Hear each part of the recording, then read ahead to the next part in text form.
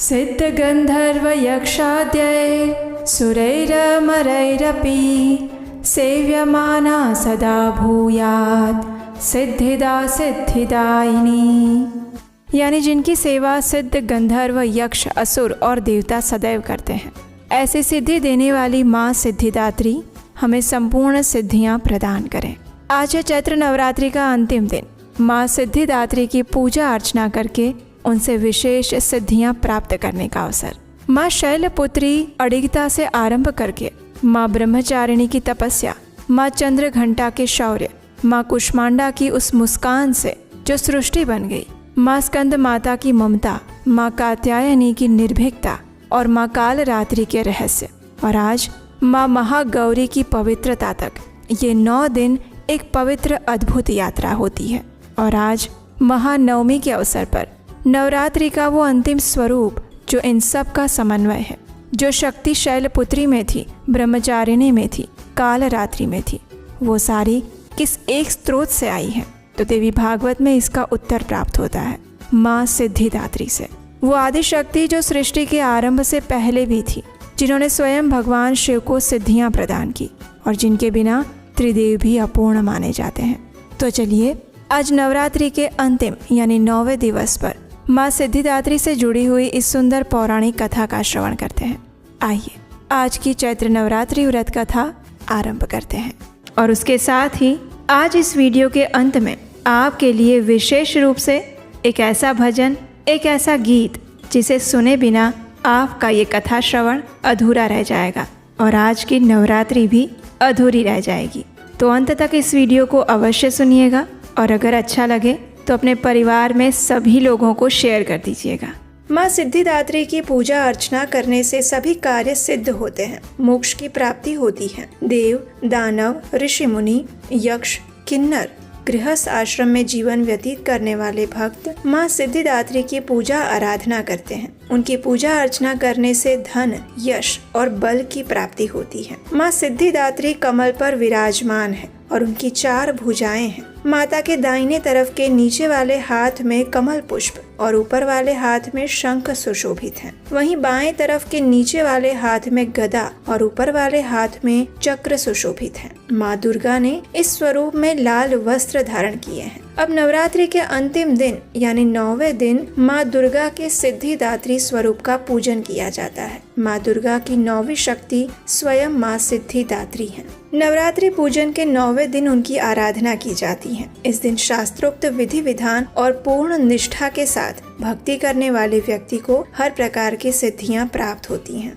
माँ दुर्गा के सिद्धिदात्री स्वरूप की पौराणिक कथा का प्रमाण हमें शिव पुराण और देवी भागवत से मिलता है। देवी पुराण अनुसार भगवान शिव ने माँ सिद्धिदात्री की कृपा से ही सिद्धियों को प्राप्त किया था और देवी की कृपा से भगवान शिव का आधा शरीर देवी का हुआ था और इसीलिए वे अर्धनारीश्वर भी कहलाए थे। जब माता कुष्मांडा के रूप में माँ दुर्गा ने इस ब्रह्मांड की रचना की तो उन्होंने अपनी सभी सिद्धियाँ यानी 8 प्रमुख सिद्धियाँ और 10 गौण सिद्धियाँ त्रिदेव ब्रह्मा, विष्णु और महेश को प्रदान की। ब्रह्मा जी और भगवान श्री हरि विष्णु को प्रमुख 8 महासिद्धियाँ दी जिसे अष्ट सिद्धि कहा जाता है और महादेव को 8 महासिद्धि और 10 गौण सिद्धियाँ यानी 18 सिद्धियाँ प्रदान की थी। इस प्रकार त्रिदेव को सभी सिद्धियाँ प्रदान करने के कारण माँ दुर्गा को सिद्धिदात्री देवी कहा जाता है और नवरात्रि के 9वें दिन उनकी पूजा की जाती है। आइए अब देखते हैं कि माँ सिद्धिदात्री की पूजा आराधना कैसे करें।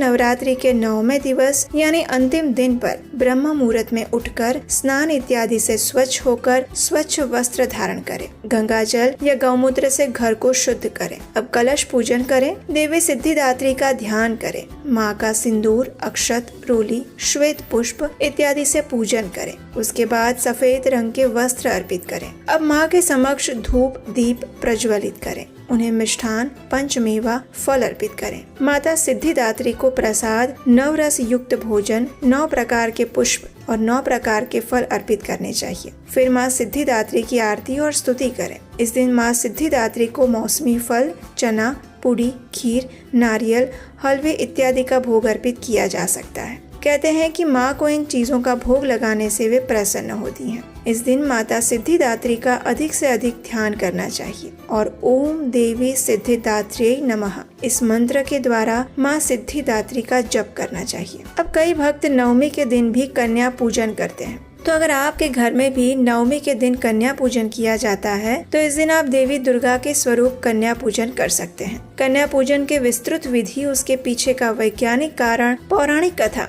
और इसमें कौन कौन सी कन्याओं को पूजन करना चाहिए, इसके ऊपर हमने एक विस्तृत वीडियो बनाया है, वो भी आप देख सकते हैं। उसका लिंक नीचे डिस्क्रिप्शन बॉक्स में दिया गया है। नवमी के इस दिन यज्ञ और हवन का भी विशेष महत्व है, इसलिए अगर संभव है तो आप अपने घर में या आसपास में सभी मिलकर छोटा सा हवन कर सकते हैं। आप अपने घर में किसी सुयोग्य ब्राह्मण को आमंत्रित करके भी यज्ञ हवन करवा सकते हैं। इसमें सभी देवी देवताओं के नाम की आहुति दी जाती है। हवन के समय दुर्गा सप्तशती के सभी श्लोकों के साथ माँ दुर्गा के नाम से आहुति दी जाती है। इसके साथ ही देवी के बीज मंत्र ओम ह्रीम क्लीम चामुंडाय विच्चय नमः का 108 बार जप करके आहुति देते हैं और फिर आरती करते हैं। हवन की भस्म को भी आप अपने मस्तक पर लगा सकते हैं, क्योंकि वो शुद्धि का प्रतीक है, जिससे हमारे मन के अंदर छुपे हुए दुर्गुण रूपी दानव का नाश होता है और हमारे मन की शुद्धि होती है। फिर माँ को अपने परिवार की सुख समृद्धि और स्वास्थ्य के लिए प्रार्थना करें। माँ का आशीर्वाद लेते हुए कन्या पूजन शुरू करें। माँ सिद्धिदात्री को भोग में हलवा,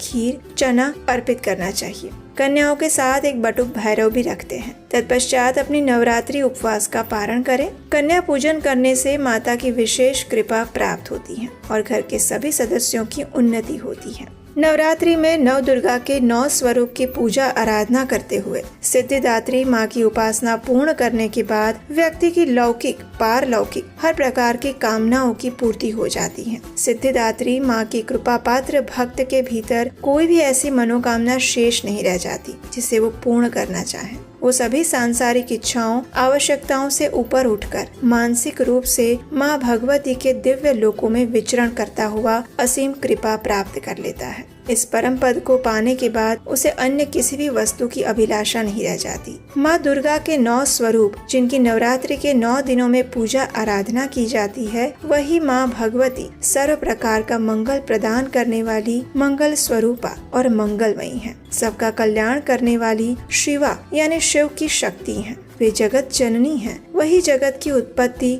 स्थिति और संहार की शक्ति भूत है। जब हम सृष्टि की रचना की बात करते हैं तो सबसे पहले हमें ये समझना चाहिए कि आध्यात्मिक जगत और भौतिक जगत, इन दोनों के अंदर संपूर्ण रचना समाविष्ट है। आध्यात्मिक जगत भगवान श्री कृष्ण का नित्य धाम है, जहाँ वे अपने भक्तों के साथ रहते हैं। भौतिक जगत प्रकृति के 3 गुणों के अंतर्गत आने वाला ऐसा स्थान है जहाँ बद्ध जीवात्माएं वास करती हैं। आध्यात्मिक जगत में भगवान की मुख्य 3 शक्तियाँ हैं, संवित, संधिनी और आह्लादिनी शक्ति। संवित शक्ति आध्यात्मिक जगत में वहाँ के वासियों को भगवान के साथ अपना संबंध क्या है उसका ज्ञान करवाती है। संधिनी शक्ति आध्यात्मिक जगत को वैविध्यपूर्ण बनाती है, जिससे कि भगवान अपने दिव्य लीलाओं के द्वारा अपने भक्तों को आनंद प्रदान कर सके। और आह्लादिनी शक्ति भगवान को असीमित सर्वोच्च आनंद प्रदान करने का कार्य करती है। आह्लादिनी शक्ति स्वयं राधा रानी है और उनसे अधिक आनंद भगवान श्री कृष्ण को और कोई नहीं दे सकता। इसीलिए राधा रानी को मदन मोहन मोहिनी भी कहा गया है,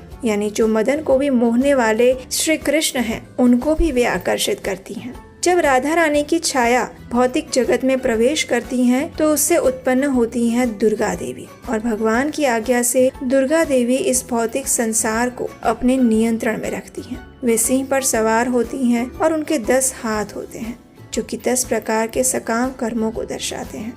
वे अपने इन हाथों में 20 आयुष धारण करती हैं और उनके एक हाथ में उन्होंने सर्प धारण किया हुआ है, जो कि सदैव नष्ट हो रहे काल को दर्शाता है। चलिए अब देखते हैं कि दुर्गा देवी आखिर कार्य कौन सा करती हैं। तो उसे समझने के लिए हम एक उदाहरण लेते हैं। जब कोई व्यक्ति अपराध करता है तो सरकार उस गुनहगार को सजा देने के लिए और उसे सुधरने का अवसर प्रदान करने के लिए जेल में रखती है। वहाँ उसे भोजन और कपड़े तो दिए जाते हैं, लेकिन उसे एक मर्यादित स्थान के अंदर कुछ नियंत्रणों के अंदर रहना पड़ता है और इन सभी चीजों की जिम्मेदारी उस जेल के जेलर की होती है। जेलर इन कैदियों के ऊपर नियंत्रण रखता है और यदि कोई गुनहगार सुधर जाता है और उसकी सजा की अवधि पूर्ण हो जाती है तो उसे जेल से मुक्त करने का कार्य भी करता है। बस यही स्थिति हमारी भी है। वास्तव में इस भौतिक संसार को दुर्ग यानी किला कहा गया है। भगवान के साथ अपने वास्तविक संबंध को भूलकर हम इस भौतिक संसार रूपी जेल में आ गिरे हैं, जहां हमें अपनी जरूरतों को पूर्ण करने के लिए प्राथमिक सुविधाएं तो मिल रही हैं, लेकिन सभी जीवात्माएं भौतिक प्रकृति के 3 गुण रूपी बेड़ियों में बंधी हुई है और इस भौतिक जगत रूपी दुर्ग की अध्यक्षा या जेलर है दुर्गा देवी, जो कि अपने त्रिशूल के माध्यम से इन बद्ध जीवात्माओं को नियंत्रित करती हैं। दुर्गा देवी का त्रिशूल 3 प्रकार के भौतिक कष्टों को दर्शाता है, यानी आदि दैविक, आदि भौतिक और आदि आत्मिक। इस त्रिशूल के माध्यम से हमें कष्ट पहुंचाकर दुर्गा देवी ये समझाना चाहती हैं कि ये भौतिक संसार हमारा वास्तविक घर नहीं है, इसलिए हमें भगवान की शरण में जाकर अपने वास्तविक घर भगवत धाम वापस जाना चाहिए। लेकिन कुछ जीवात्माएं ऐसी भी होती हैं जो इस भौतिक संसार में इतने कष्ट भोगने के बाद भी इंद्रिय सुख भोगना चाहती हैं और अपनी स्वतंत्र इच्छा का दुरुपयोग करना चाहती हैं। ऐसे जीवों के लिए दुर्गा देवी ऐसे अवसर उत्पन्न करती हैं जिससे वे सदैव उस भौतिक संसार में ही रह सके और जन्म मृत्यु जरा व्याधि का चक्र घूमता रहे। कभी कभी कुछ लोग भौतिक वरदान प्राप्त करने के लिए भी दुर्गा देवी की उपासना करते हैं। उनकी आराधना से प्रसन्न होकर देवी उन्हें भौतिक सुख, समृद्धि और संपत्ति तो प्रदान कर देती हैं, लेकिन दुर्गा देवी की ऐसी कृपा को वास्तव में हमें कपट कृपा समझना चाहिए, क्योंकि इस प्रकार के क्षणिक सुख से हम अपने जीवन की वास्तविक आध्यात्मिक अवस्था को भूल जाते हैं। इसलिए दुर्गा अष्टमी या नवरात्रि के समय पर दुर्गा देवी की आराधना करते हुए हमें उनसे यही प्रार्थना करनी चाहिए कि वे हमें भगवान श्री कृष्ण की शुद्ध भक्ति और सेवा प्रदान करें, जिससे कि हम इस भौतिक संसार रूपी दुर्ग से मुक्त हो सके और अपने वास्तविक घर वापस लौट सके। तो आज नवरात्रि के अंतिम दिन हम देवी दुर्गा से आप सभी के लिए यही प्रार्थना करते हैं कि वे आपको हर प्रकार के भौतिक सुख, समृद्धि और शांति प्रदान करें तथा हर प्रकार के कष्ट और संकट दूर करें और इसके साथ ही परम भगवान श्री कृष्ण की शुद्ध भक्ति और सेवा करने की आध्यात्मिक शक्ति भी प्रदान करें, जिससे आप अपने जीवन के वास्तविक लक्ष्य को प्राप्त कर सकें। तो आइए नवरात्रि के इस शुभ और मंगलकारी दिनों में अब हम श्रवण करते हैं महिषासुर मर्दिनी स्तोत्र के हिंदी अनुवाद का, जिसका श्रवण करने मात्र से देवी दुर्गा की विशेष कृपा प्राप्त की जा सकती है और उसे शुरुआत से लेकर अंत तक पूरा सुना जाता है। नवरात्रि के इन पावन दिनों में इस महिषासुर मर्दिनी स्तोत्र का पाठ करना या उसका श्रवण करना ये और भी अधिक फलदायी और पुण्यदायी बताया गया है। तो आइए श्रवण करते हैं महिषासुर मर्दिनी स्तोत्र के अनुवाद का। हे पर्वतराज हिमालय की कन्या, पृथ्वी को आनंदित करने वाले, संसार को हर्षित रखने वाली, नंदीगण से नमस्कार की जाने वाली, गिरिश्रेष्ठ विंध्याचल के शिखर पर निवास करने वाली, भगवान विष्णु को प्रसन्न रखने वाली, इंद्र से नमस्कृत होने वाली, भगवान शिव की भार्या के रूप में प्रतिष्ठित, विशाल कुटुंब वाली और ऐश्वर्य प्रदान करने वाली, हे भगवान शिव की प्रिय पत्नी महिषासुर मर्दिनी देवी पार्वती, आपकी जय हो, जय हो। देवराज इंद्र को समृद्धशाली बनाने वाली, दुर्धर तथा दुर्मुख नामक दैत्यों का विनाश करने वाली, सर्वदा हर्षित रहने वाली, तीनों लोकों का पालन पोषण करने वाली, भगवान शिव को संतुष्ट रखने वाली, पाप को दूर करने वाली, घोर गर्जन करने वाली, दैत्यों पर भीषण कोप बरसाने वाली, मदांधों के मद का हरण करने वाली, सदाचार से रहित मुनिजनों पर क्रोध करने वाली और समुद्र की कन्या महालक्ष्मी के रूप में प्रतिष्ठित, हे भगवान शिव की प्रिय पत्नी महिषासुर मर्दिनी देवी पार्वती, आपकी जय हो, जय हो। हे जगत की माता स्वरूपिणी, कदम्ब वृक्ष के वन में प्रेम पूर्वक निवास करने वाली, सदा संतुष्ट रहने वाली, हास परिहास में सदा रत रहने वाली, पर्वतों में श्रेष्ठ ऊंचे हिमालय की चोटी पर अपने भवन में विराजमान रहने वाली, मधु से भी अधिक मधुर स्वभाव वाली, मधु कैटभ का संहार करने वाली, महिष को विदीर्ण कर डालने वाली और रास क्रीड़ा में मग्न होने वाली, हे भगवान शिव की प्रिय पत्नी महिषासुर मर्दिनी देवी पार्वती, आपकी जय हो, जय हो। गजाधिपति के बिना सुंड के धड़ को काट काट कर सैकड़ों टुकड़े कर देने वाली, सेनाधिपति चंडमुंड नामक दैत्यों को अपने भुज दंड से मार मार कर विदीर्ण कर देने वाली, शत्रुओं के हाथियों के गंड स्थल को भग्न करने में उत्कट पराक्रम से संपन्न कुशल सिंह पर आरूढ़ होने वाली, हे भगवान शिव की प्रिय पत्नी महिषासुर मर्दिनी देवी पार्वती, आपकी जय हो, जय हो। रणभूमि में मदोन्मत्त शत्रुओं के वध से बढ़ी हुई अदम्य और पूर्ण शक्ति धारण करने वाली, चातुर्यपूर्ण विचार वाले लोगों में श्रेष्ठ और गंभीर कल्पना वाले प्रथमाधिपति भगवान शंकर को दूत बनाने वाली, दूषित कामनाओं तथा कुत्सित विचारों वाले दुर्बुद्धि दानवों के दूतों से न जानी जा सकने वाली, हे भगवान शिव की प्रिय पत्नी महिषासुर मर्दिनी देवी पार्वती, आपकी जय हो, जय हो। शरणागत शत्रुओं की स्त्रियों के वीर पतियों को अभय प्रदान करने वाले, हाथ से शोभा पाने वाली, तीनों लोकों को पीड़ित करने वाले दैत्य शत्रुओं के मस्तक पर प्रहार करने योग्य तेजोमय त्रिशूल हाथ में धारण करने वाली और देवताओं की दुंदुभी से निकलने वाली दुम दुम ध्वनि से समस्त दिशाओं को बार बार गूंजित करने वाली, हे भगवान शिव की प्रिय पत्नी महिषासुर मर्दिनी देवी पार्वती, आपकी जय हो, जय हो। अपने हुंकार मात्र से धूम्रलोचन और धूम्र आदि सैकड़ों असुरों को भस्म कर डालने वाली, युद्ध भूमि में कुपित रक्त बीज के रक्त से उत्पन्न हुए अन्य रक्त बीज समूहों का रक्त पी जाने वाली और शुंभ निशुंभ नामक दैत्यों के महायुद्ध से तृप्त किए गए मंगलकारी शिव के भूत पिशाचों के प्रति अनुराग रखने वाली, हे भगवान शिव की प्रिय पत्नी महिषासुर मर्दिनी देवी पार्वती, आपकी जय हो, जय हो। समर भूमि में धनुष धारण कर अपने शरीर को केवल हिलाने मात्र से शत्रु दल को कंपित कर देने वाली, स्वर्ण के समान पीले रंग के तीर और तरकश से सुसज्जित भीषण योद्धाओं के सिर काटने वाली, हाथी घोड़ा रथ पैदल ये चारों प्रकार की सेनाओं का संहार करके रणभूमि में अनेक प्रकार की शब्द ध्वनि करने वाले बटुकों को उत्पन्न करने वाली, हे भगवान शिव की प्रिय पत्नी महिषासुर मर्दिनी देवी पार्वती, आपकी जय हो, जय हो। हे देवांगनाओं के तत्था तह्ये थह्ये आदि शब्दों से युक्त भावमय नृत्य में मग्न होने वाली, कुकुथा आदि विभिन्न प्रकार की मात्राओं वाले तालों से युक्त आश्चर्यमय गीतों को सुनने में लीन रहने वाली और मृदंग की धुधुकुट धुधुट आदि गंभीर ध्वनि को सुनने में तत्पर रहने वाली, हे भगवान शिव की प्रिय पत्नी महिषासुर मर्दिनी देवी पार्वती, आपकी जय हो, जय हो। हे जपनीय मंत्र की विजय शक्ति स्वरूपिणी, आपकी बार बार जय हो। जय जयकार शब्द सहित स्तुति करने में तत्पर समस्त संसार के लोगों से नमस्कृत होने वाली, अपने नुपुर के झनझन झिमझिम शब्दों से भूतनाथ भगवान शंकर को मोहित करने वाली और नटी नटों के नायक प्रसिद्ध नट अर्धनारीश्वर शंकर के नृत्य से सुशोभित नाट्य देखने में तल्लीन रहने वाली, हे भगवान शिव की प्रिय पत्नी महिषासुर मर्दिनी देवी पार्वती, आपकी जय हो, जय हो।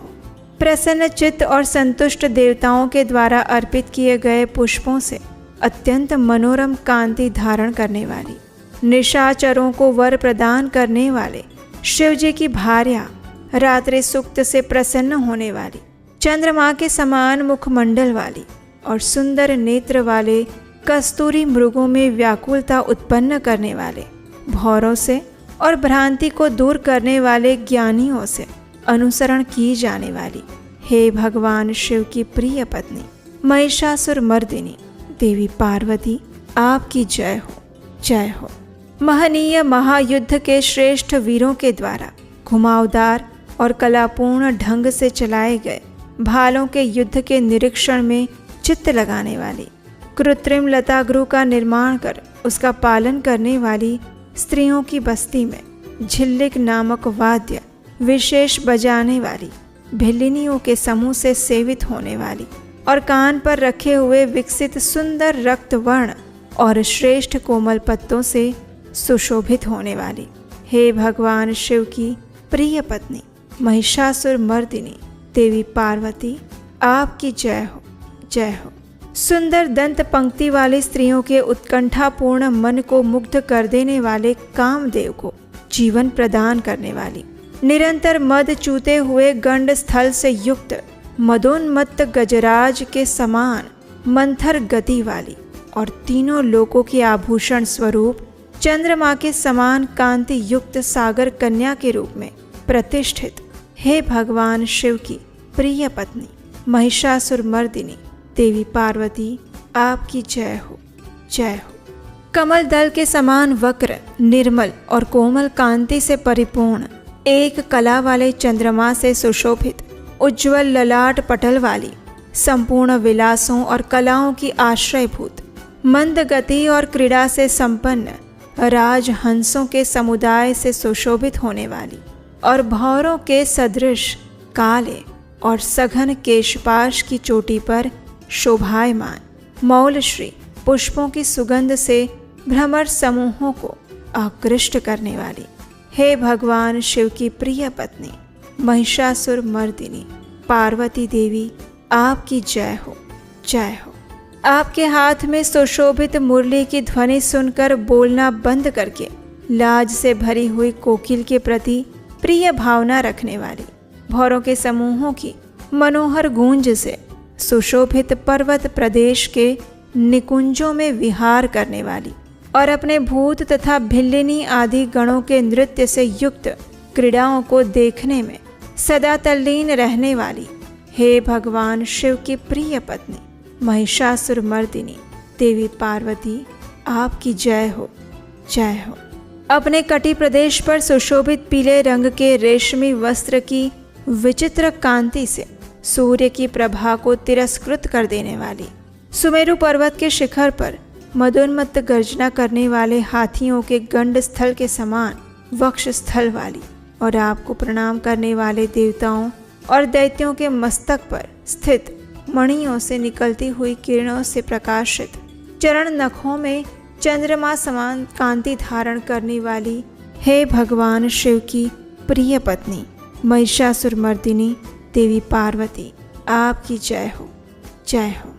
हजारों हस्त नक्षत्रों को जीतने वाले और सहस्त्र किरणों वाले भगवान सूर्य की एकमात्र नमस्करणीय, देवताओं के उद्धार हेतु युद्ध करने वाले, तारकासुर से संग्राम करने वाले और संसार सागर से पार करने वाले शिवजी के पुत्र कार्तिकेय से प्रणाम की जाने वाली और राजा सुरथ और समाधि नामक वैश्य की सविकल्प समाधि के समान समाधियों में सम्यक जपे जाने वाले मंत्रों में प्रेम रखने वाली हे भगवान शिव की प्रिय पत्नी महिषासुर मर्दिनी देवी पार्वती, आपकी जय हो, जय हो।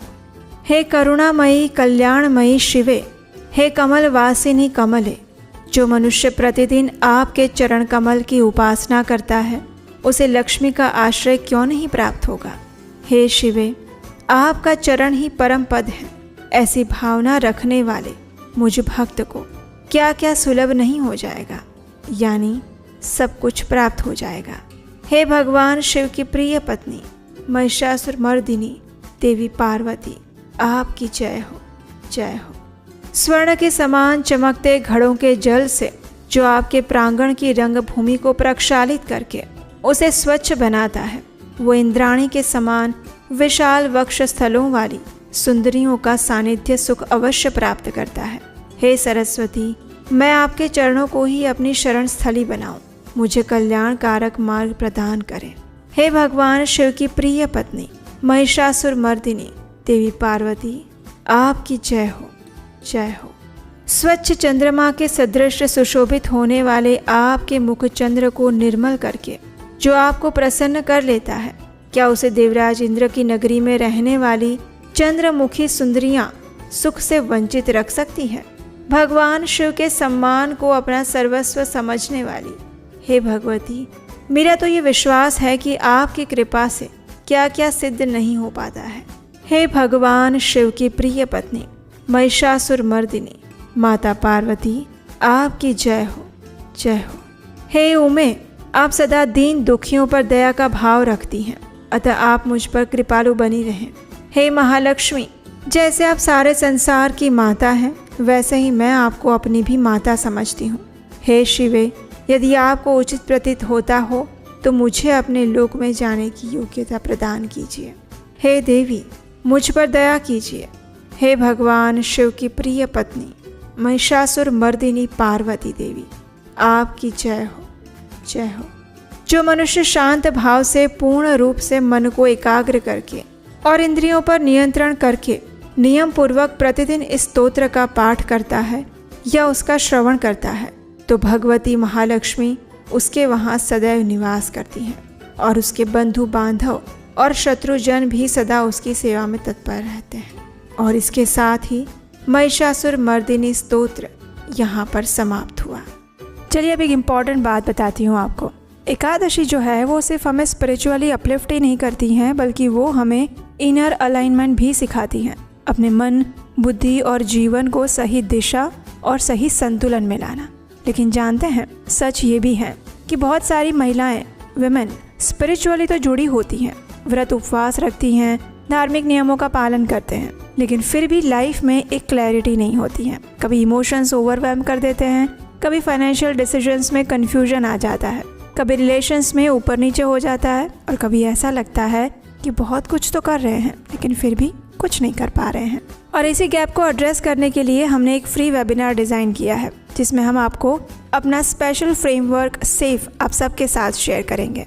और इस वेबिनार में हम प्रैक्टिकल तरीके से जानेंगे कि कैसे स्पिरिचुअली स्ट्रॉन्ग रहते हुए हम लाइफ के हर एस्पेक्ट में अलाइनमेंट लेकर आ सकते हैं। चाहे वो फाइनेंशियल अवेयरनेस की बात हो या इमोशनल स्टेबिलिटी की बात हो, ये सारी चीज़ें हम डिस्कस करेंगे।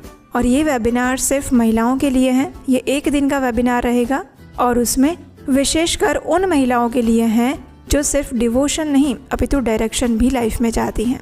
और अगर आप कोई पुरुष हैं और अगर आप किसी ऐसी महिला को जानते हैं जिन्हें ये वेबिनार उपयोगी हो सकता है, तो उन्हें भी आप इस वेबिनार के लिए रजिस्टर करवा सकते हैं। और अगर आप रेडी हैं अपने नेक्स्ट लेवल के लिए, तो risewithhimali.com पर जाइए और अपने आप को रजिस्टर करिए। पूरी डिटेल और इसका लिंक जो है वो नीचे डिस्क्रिप्शन बॉक्स में मिल जाएगा। और मैं आपसे लाइव मिलूंगी इसी वेबिनार में।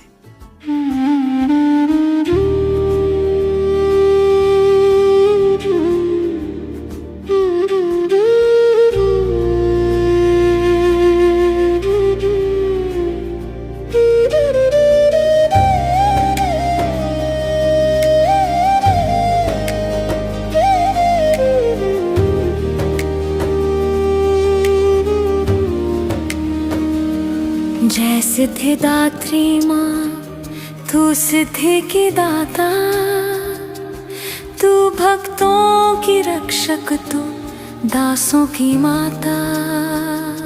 तेरा नाम लेते ही मिलती है सिद्धि, तेरे नाम से मन की होती है शुद्धि।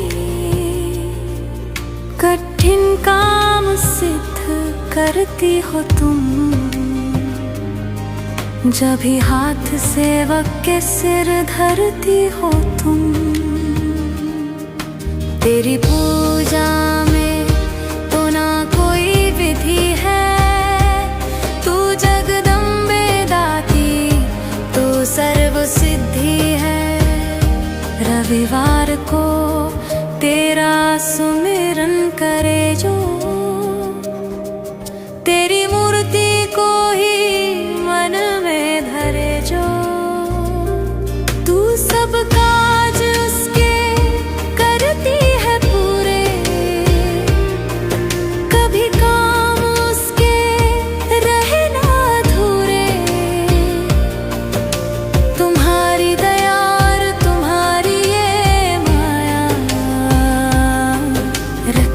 जिसके सिर पर मैं अपनी छाया। सर्व सिद्धि दाती वो है भाग्यशाली, जो है तेरे दर का ही अम्बे सवाली।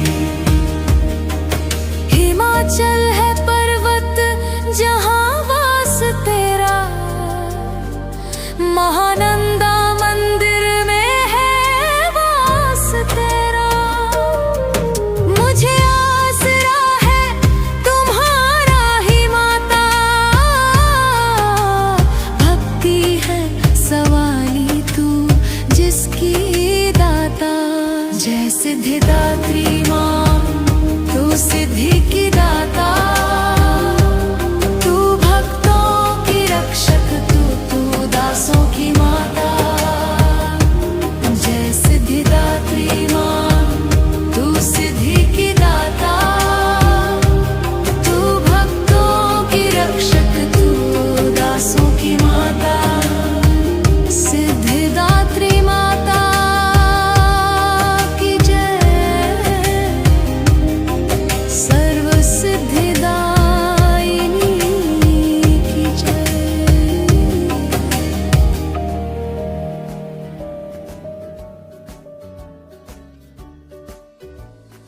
अगर आपको हमारे द्वारा इस नवरात्रि के समय में माँ आद्या शक्ति जगदम्बा की महिमा का ये प्रमाणभूत प्रचार कार्य अच्छा लगा है, तो आप हमारे लिए भी प्रार्थना करिएगा कि हम इसी प्रकार से गुरु और श्री कृष्ण की कृपा द्वारा वैदिक सनातन धर्म का प्रचार कार्य जारी रख सकें। इसलिए आने वाले समय में अपने वैदिक सनातन धर्म की रक्षा और प्रचार करने हेतु आप अपना यथाशक्ति योगदान भेज सकते हैं। तो चलिए आज की नवरात्रि कथा की समाप्ति करते हुए परम आदि शक्ति माँ जगदम्बा को शत कोटि प्रणाम करते हैं और उनसे परम आध्यात्मिक शक्ति रूपी आशीर्वाद की कामना करते हैं। हरे कृष्ण।